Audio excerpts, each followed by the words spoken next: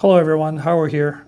Today I'm doing a quick review of a 1982 Rolex Submariner in original unpolished condition.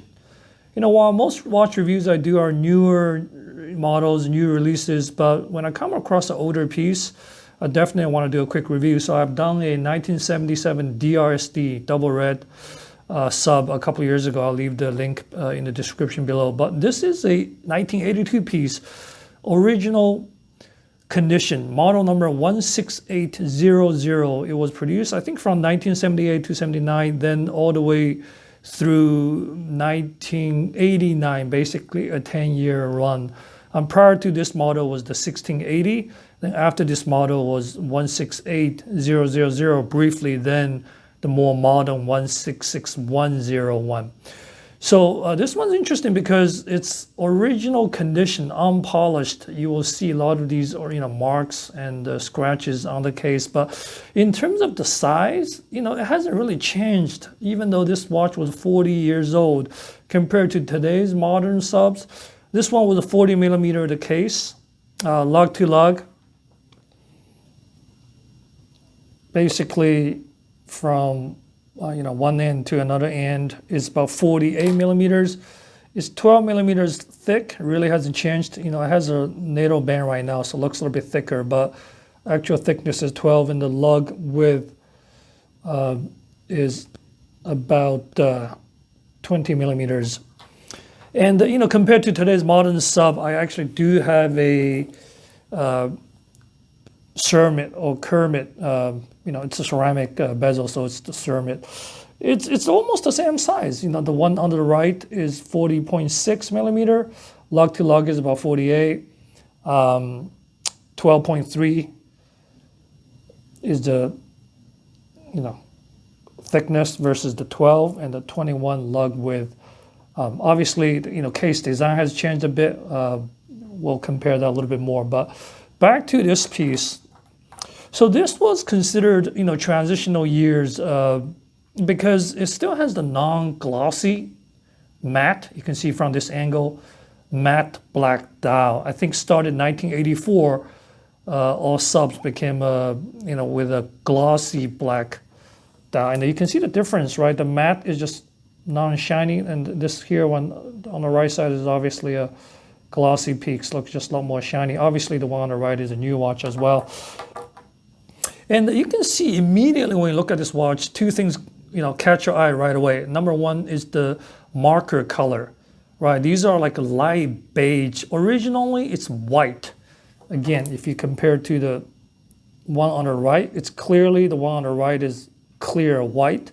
One on the left, it's a bit of a light beige. That's because, this is a 40-year-old watch, and the color kind of, the tritium lume. So at the time on the dial, these markers had tritium lume on there. They were white. Then after 40 years of use indoor and outdoor, it kind of become a beige. It's a good angle from here. Prior to the tritium, I think Rolex used a radium lume. Then after this tritium run, they went to super luminova. And currently, the term they use is chroma light. And the other difference is back then, it didn't have the white gold surround next to the marker. It's just a flat, kind of like the latest Tudor Professional. If you look at the new one, it has the white gold surrounding the markers, but the old one is just a flat lume piece. And I believe, if you keep the watch in the dark, for decades, the lume will actually become more of an orangish color. And if you leave this always in the sun, it kind of maintains the white lume. This one obviously used in and out. The lume is more of a light beige, which to me it's very nice, good looking color. And the other thing you notice immediately is the bezel color, right? The original bezel obviously was black. So in this particular case, we still have the UV protected coating on it. It's just the black color is completely faded on the bezel. It's completely gone. And some people actually do bleach their bezel to make it look like a light silver color, but this is not. This is a natural fading. Those bleached one, the UV protective layer is gone. This one still has it, but has kind of a nice silverish light gray tone with this light beige marker. It just looks really unique, and obviously it's a vintage piece. It's 40 years old. It just looks very different compared to the new modern ones. Now, the other thing we noticed is, older Rolexes, the number 6 here, it's called an open 6. It's not closed all the way. Again, compared to the new 6, the new 6 is closed completely. So just a little small detail. Other than that, the crown, the letter, it's pretty much the same. Rolex, Oyster, perpetual date, Submariner, 1,000 feet, 300 meters. So this update went from 200 meters to 300 meters. And the other key change was they also replaced the previous models plastic, plastic cover to this sapphire crystal glass. And other words are the same. Superlative chronometer, officially certified. At the bottom, you have little Swiss. I think the T, the older Rolex subs has this T minus 25. I believe that's indication of the radiator strength, which is fine, less than 25. Very impressive watch. I mean, again, overall, the one thing good about Rolex is they do very small incremental upgrades, changes, from one model to another. Nothing is significantly changed from one model. So this one has caliber 30-35, again, introduced in 1977. It replaces the 1575. It has 27 joules, 42 hours, and later, I think this was replaced by the 3135 in 1988. I think when the new sub was introduced. I think the case, it's again stainless steel. It's 316 steel, so it's not as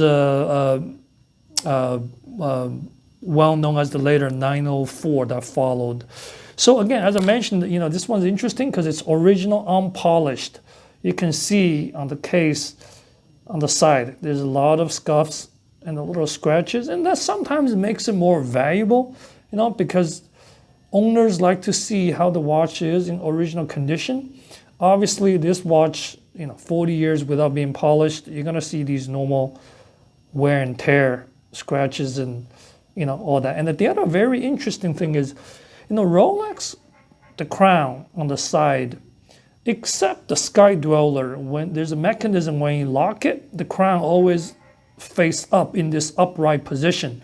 And all other Rolexes, I believe, it doesn't naturally sit in this position here. Let's take a look at here's the Submariner, right? So this one's locked. You look at the crown. It's like 40, it's pointing at the 4 p.m. angle.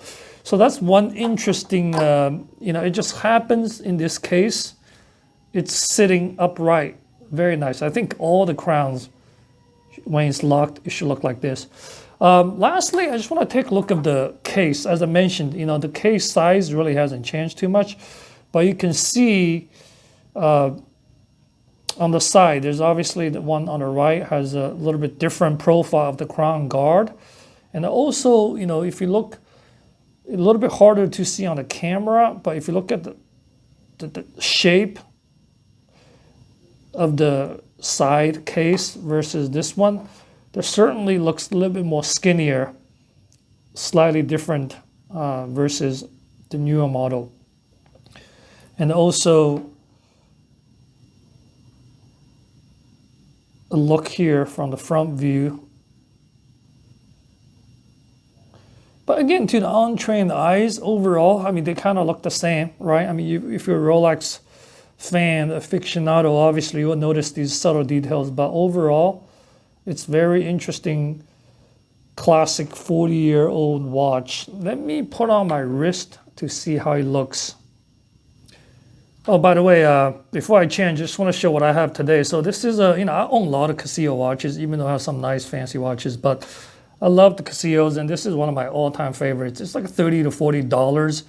I have it set up the local time here, LAX. I'm on the west coast of the US, 11:03, 11 a.m.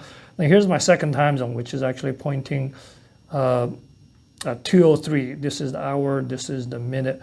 And they have a little bit map. You know, it's a very affordable watch.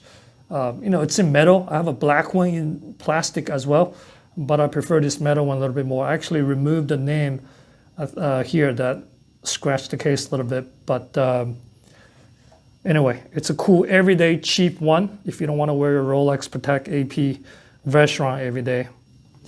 All right, 1982 Rolex Submariner on my wrist. My wrist is small, 6.5 inches, 16.5 centimeters, but you know, at 40 millimeters, case lug to lug 48, it really doesn't look that big. You know, I don't mind.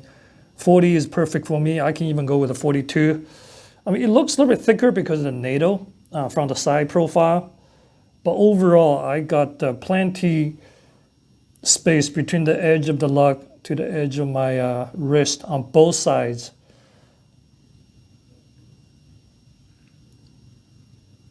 Very nice, very easy to put under a dress shirt, no problem at all.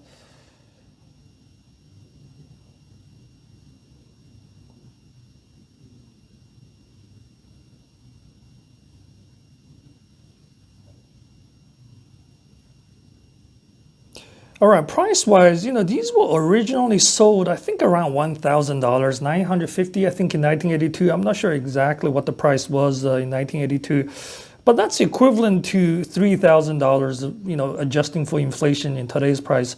It's still, you know, not crazy versus today's real price of these is, you know, 10,000-ish, if you can get it from their AD. But you know, it just looks different. I think, you know, vintage watches, you got to really look at the conditions. You know, it's hard to put a price on these. You know, this one obviously has all the papers and it's unpolished. Like I said, some people like these unpolished watches. I think the market price may be around, you know, again, around 18 or even pushing 20. It's hard to tell, but it just looks, again, another look versus the new one, the Submariner here. It's pretty much the same with the light beige faded lume and faded bezel. You know, just look a little bit more different, a little bit more classic. All right, hope you enjoyed the video, and I'll see you next time. Thanks for watching.